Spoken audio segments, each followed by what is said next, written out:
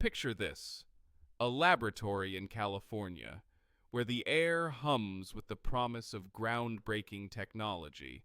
Scientists huddle around a microscope, peering at something so thin it makes a human hair look like a redwood tree in comparison. Welcome to the world of Neuralink, where the future of brain-computer interfaces is being woven, quite literally, one microscopic thread at a time. DJ CO, one of Neuralink's co-founders, gestures towards the microscope with the enthusiasm of a kid showing off a new toy. See these threads? Each one's packed with 16 electrodes, and they're about 5 microns thick. That's like... Well, imagine if you could slice a potato chip into 20 layers. That thin. But CO's journey to creating these mind-bogglingly small neural threads didn't start in neuroscience.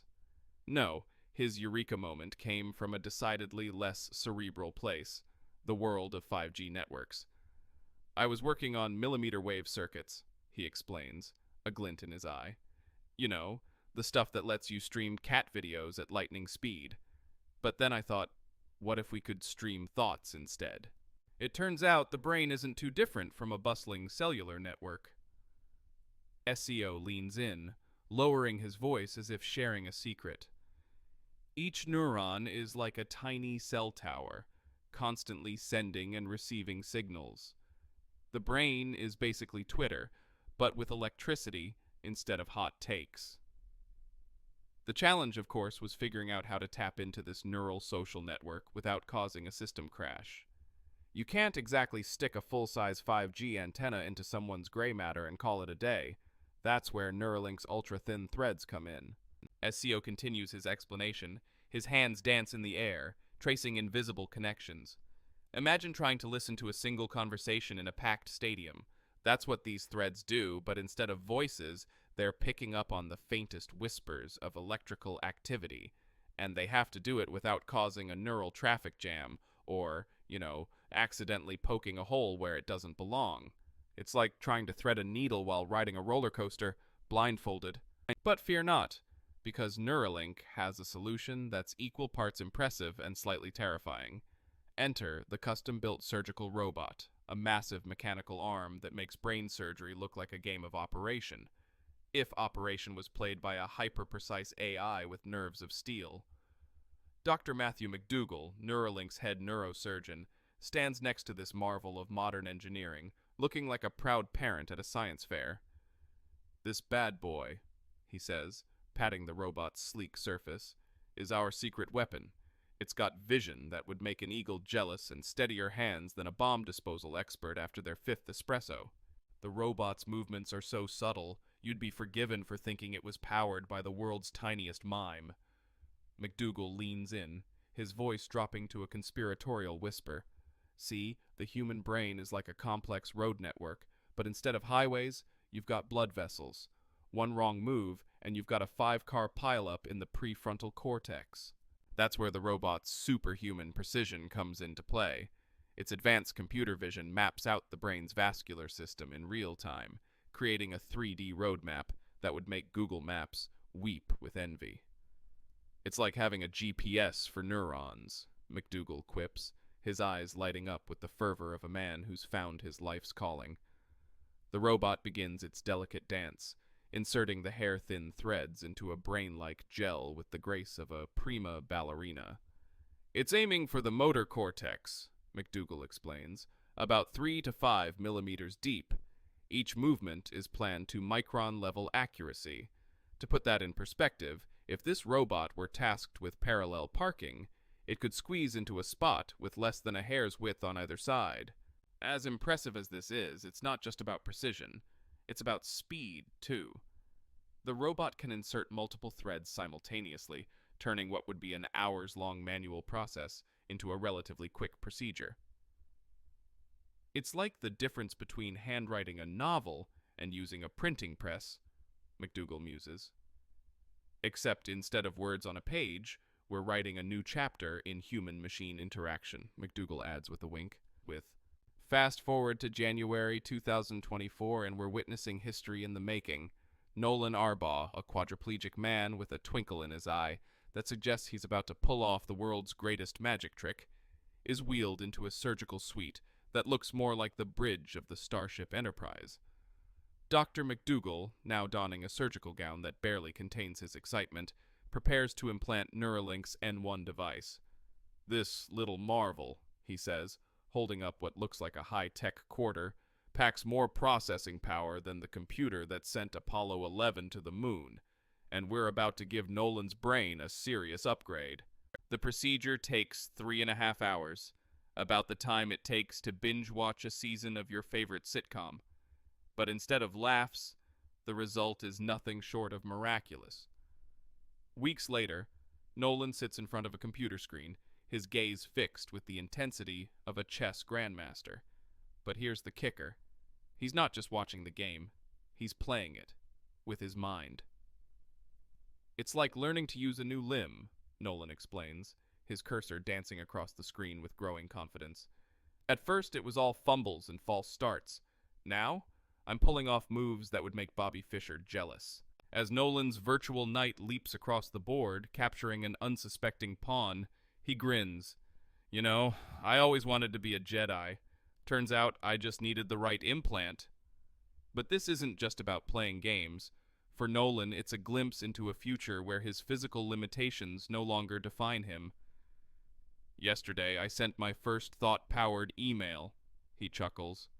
"I told my mom I love her, and asked her to stop sending me cat videos."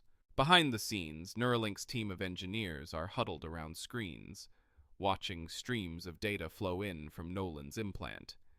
It's a neural fireworks display, each spark representing a thought, an intention, a desire translated into action. "The N1 samples neural activity 20,000 times a second," explains a software engineer, her eyes glued to the screen. "It's like trying to eavesdrop on a stadium full of people all talking at once and picking out the one conversation about where to get the best tacos." But raw neural data is about as useful as a book written in an alien language. That's where the real magic happens, in the algorithms that turn this flood of information into meaningful commands. "We use deep learning to decode these patterns," she continues, pulling up a screen that looks like the world's most complex game of Pong. "Every time Nolan uses the interface, our algorithms get smarter. It's like teaching a dog new tricks, except the dog is a supercomputer, and the tricks are interpreting the electrical impulses of the human mind." The engineer pulls up another screen, this one showing a 3D model of a brain lit up like a Christmas tree. "See these patterns? They're Nolan's neural fingerprint. Every brain is unique, so we can't just use a one-size-fits-all approach. Our algorithms are constantly fine-tuning their understanding of how Nolan's brain communicates." She points to a particularly active region on the model. "This area here? That's Nolan thinking about moving his right hand. But it's not just about identifying which neurons fire for which actions. We're looking at the symphony, not just individual instruments." The complexity of this task is staggering. The human brain contains roughly 86 billion neurons, each making up to 10,000 connections with other neurons. That's more connections than there are stars in the Milky Way galaxy. Trying to decode this neural chatter is like attempting to understand a conversation in a crowded stadium where everyone is speaking a different language simultaneously. "But here's where it gets really interesting," the engineer says, leaning in conspiratorially. "We're not just passively listening. The system is actively learning and adapting. Every time Nolan uses the interface, it's like he's teaching it a new word in his personal neural language." This adaptive learning is crucial because the brain itself is constantly changing. Neurons form new connections, strengthen existing ones, and prune away unused pathways in a process called neuroplasticity. It's like trying to map a city where the streets are constantly shifting. "Think of it like this," she continues, grabbing a nearby whiteboard marker. "Imagine you're trying to have a conversation with someone, but every few minutes they switch to a different language. That's basically what we're dealing with here. Our algorithms need to be flexible enough to keep up with the brain's ever-changing patterns." She scribbles a series of squiggly lines on the board, each representing a different neural pattern. "See these? This is what Nolan's Move Cursor Up command looked like last week. And this," she draws another set of lines, slightly different, "is what it looks like today. To the untrained eye, they might look the same, but these subtle differences are crucial." The implications of this technology extend far beyond just moving cursors or playing chess. The ability to directly interface with the brain opens up a world of possibilities, from restoring movement to the paralyzed, to enhancing cognitive functions in ways we can barely imagine. We're just scratching the surface, the engineer says, her eyes gleaming with excitement. Right now, we're focused on motor control and simple commands, but in the future, we might be able to decode complex thoughts, memories, even dreams. Imagine being able to record your dreams and play them back like a movie, or instantly share a complex idea just by thinking about it. Of course, with great power comes great responsibility. The ethical implications of such technology are vast and complex. But for now, the Neuralink team is focused on the immediate goal, improving the lives of people like Nolan. As if on cue, a cheer erupts from the other side of the lab. Nolan has just won his chess game, his mind-controlled cursor dancing across the screen in a victory lap. The engineer grins, turning back to her screens. And that, ladies and gentlemen, is what we call a neural checkmate. Now, if you'll excuse me, I have some neural networks to train and a few thousand electrodes to untangle. But as with any groundbreaking technology, Neuralink's journey hasn't been all smooth sailing and mind-controlled chess victories. The team has faced their fair share of challenges, each one a potential showstopper that would have sent lesser scientists running for the hills. DJ Seo, looking slightly more disheveled than when we first met him, runs a hand through his hair. Remember those ultra-thin threads we were so proud of? Turns out they had a mind of their own, literally. He pulls up a holographic display that looks like a game of high-tech pickup sticks gone wrong. We'd insert the threads perfectly, pat ourselves on the back, and then... He makes a popping sound with his mouth. They'd start retracting, like shy little metal worms. This electrode retreat wasn't just a minor inconvenience. It was threatening to unravel the entire project faster than you can say neural interface. The team found themselves in a race against time and their own technology. We had two options, Seo continues, a glint of mischief in his eye. Either develop microscopic thread leashes, which, trust me, we considered, or completely rethink our approach to signal processing. Spoiler alert, they went with option 2. We shifted from trying to detect individual neural spikes to analyzing broader patterns of activity, Seo explains, his hands painting invisible patterns in the air. We call it spike band power. It's like instead of trying to eavesdrop on individual conversations at a rock concert, we're feeling the overall vibe of the crowd. This pivot wasn't just a band-aid solution. It was a game changer for both stability and performance. The threads could now pick up meaningful signals even if they weren't in the exact perfect position, giving them a bit more wiggle room, literally. But the challenges didn't stop there. The team quickly realized that translating brain signals into precise cursor movements was about as easy as trying to parallel park a submarine. Enter the Dwell Cursor feature, a clever workaround that allows users to click by holding the cursor still. Dr. McDougall demonstrates, his imaginary cursor hovering mid-air. It's like playing the world's most intense game of statue, he quips. Move, freeze, click, move, freeze, click. It's not exactly intuitive, but it gets the job done while we work on more natural control methods. This adaptability, this willingness to pivot and problem solve on the fly, is what sets the Neuralink team apart. They're not just developing a product, they're pioneering an entirely new field of human-machine interaction. Every setback is an opportunity to innovate. Every challenge a chance to push the boundaries of what's possible. You know, in a way, we're not so different from the brains we're trying to interface with, Seo muses, a thoughtful look crossing his face. We're constantly adapting, forming new connections, finding new pathways around obstacles. It's like we're engaged in this intricate dance with the very organ we're trying to understand. He pauses, a slow grin spreading across his face.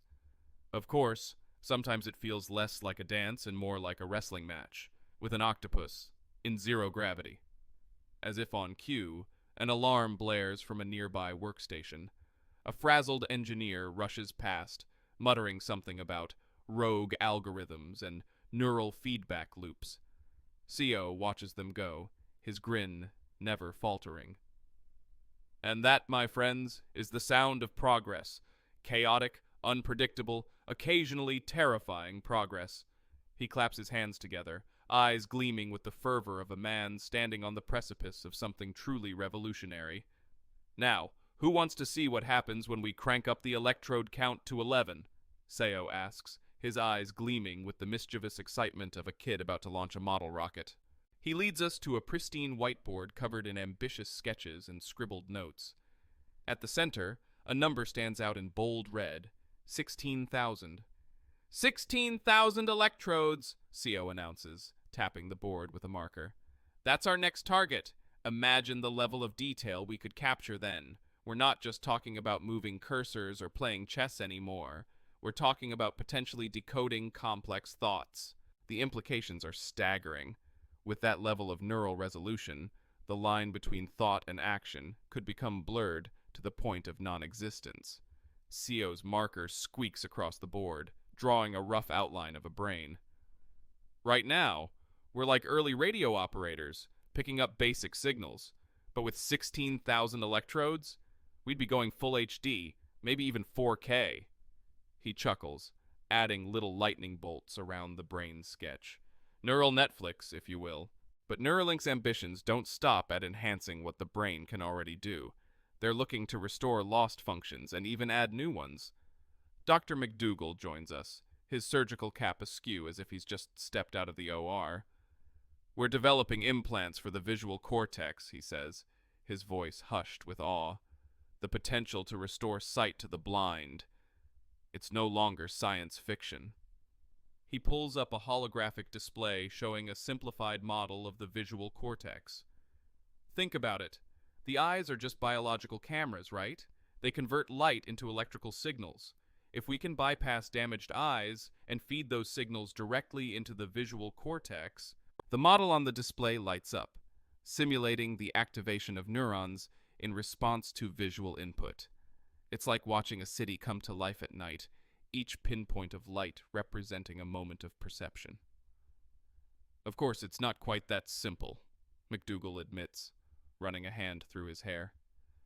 The visual cortex isn't just a screen waiting for input. It's a complex system that's been adapting and reorganizing itself since birth. We're not just plugging in a new monitor, we're teaching the brain to see in an entirely new way. The challenges are immense, but so is the potential reward.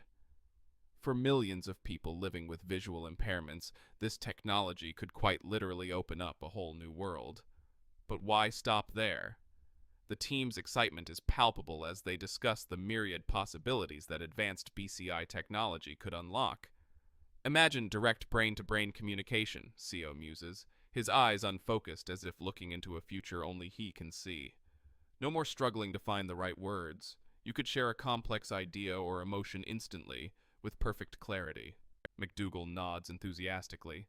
Or consider the implications for learning and memory. We could potentially develop ways to enhance cognitive functions, store and retrieve memories with perfect fidelity. The conversation shifts rapidly from one mind-bending concept to another. Enhanced sensory perception. Direct control of prosthetic limbs that feel as natural as biological ones. The ability to interface directly with computers and AI systems. In a way, we're working towards a kind of digital telepathy, Seo says, his voice tinged with wonder. A merging of human cognition and machine intelligence that could redefine what it means to be human. It's a future that's equal parts thrilling and terrifying. The potential benefits are enormous, but so are the ethical implications and potential risks. As if reading our thoughts, McDougall holds up a hand. We're acutely aware of the responsibility we bear, he says, his tone serious. Every advance we make is carefully considered, not just for its technical merit, but for its potential impact on individuals and society as a whole. Seo nods in agreement. We're not just developing technology for technology's sake. Our goal is to enhance human capabilities, to improve lives. Everything we do is guided by that principle. The lab falls quiet for a moment, the weight of their mission hanging in the air. Then, from across the room, comes the sound of laughter. Nolan, still seated at his computer, has apparently just won another chess game. "Check and mate," he calls out, his cursor doing a victory dance across the screen. Seo and McDougal exchange a grin. And that, Seo says, is what it's all about. Every small victory, every life improved, that's what drives us forward. As we prepare to leave the lab, the excitement of the Neuralink team is infectious. They stand on the brink of a new frontier in human-machine interaction, peering into a future where the limits of human potential are constantly being redefined. As the sun begins to set outside the lab windows, casting a warm glow over the bustling workspace, the Neuralink team shows no signs of slowing down. Engineers huddle over workstations, their faces illuminated by the blue glow of screens displaying complex neural patterns. In one corner, a group of neuroscientists debate the finer points of synaptic plasticity, their animated gestures casting dancing shadows on the wall. Seo leans against a workbench, his eyes scanning the room with a mixture of pride and wonder. You know, he muses, when we started this journey, we thought we were just building a better brain-computer interface, but what we're really doing is redefining what it means to be human. McDougal nods, absently fiddling with a miniature model of the N1 device. It's like we're writing the next chapter in human evolution, not with genes, but with silicon and algorithms. The interdisciplinary nature of their work is evident in every corner of the lab. Neuroscientists collaborate with software engineers, mechanical experts consult with ethicists, and data analysts work alongside surgeons. It's a melting pot of expertise, all focused on bridging the gap between mind and machine. Remember when we first tried to insert those electrode threads? Seo chuckles, shaking his head. We were like kids trying to thread a needle with oven mitts on. McDougal grins. And now we've got a robot that can do it with micron-level precision, while juggling, blindfolded. Their banter is interrupted by a commotion from the testing area. Nolan, still at his computer, has just achieved a new milestone. Guys, he calls out, his voice filled with excitement. I just typed out an entire paragraph with my mind. The team gathers around, watching in awe as words appear on the screen, seemingly by magic. It's a far cry from the fumbling cursor movements of just a few weeks ago. With each passing day, the connection between Nolan's thoughts and the computer's actions grows stronger, more intuitive. As the excitement dies down and the team disperses back to their stations, Seo and McDougal find themselves standing by the window, watching the last rays of sunlight paint the sky in shades of orange and pink. You know, McDougal says softly, sometimes I wonder if we fully grasp the magnitude of what we're doing here. We're not just developing technology, we're paving the way for a future where the boundaries between human and machine blur into insignificance. Seo nods, his gaze distant. It's like we're standing at the dawn of a new era. The Stone Age, the Bronze Age, the Information Age, and now, the Neural Age. The implications are staggering. A future where thoughts can be shared as easily as text messages, where lost functions can be restored with the flip of a switch, where the full potential of the human mind can be unlocked and enhanced. But with great power comes great responsibility. The ethical considerations are as complex as the technology itself. Questions of privacy, identity, and the very nature of consciousness loom large on the horizon. We're not just engineers and scientists anymore, Seo says, turning back to face the lab. We're pioneers, explorers charting unknown territory, and like all explorers, we have a responsibility to tread carefully to consider the consequences of each step we take. As night falls outside, the lab remains a hive of activity. The Neuralink team continues their work, pushing the boundaries of what's possible, one electrode at a time. They are the architects of a future where the power of thought knows no limits, where the human mind can reach beyond the confines of flesh and bone.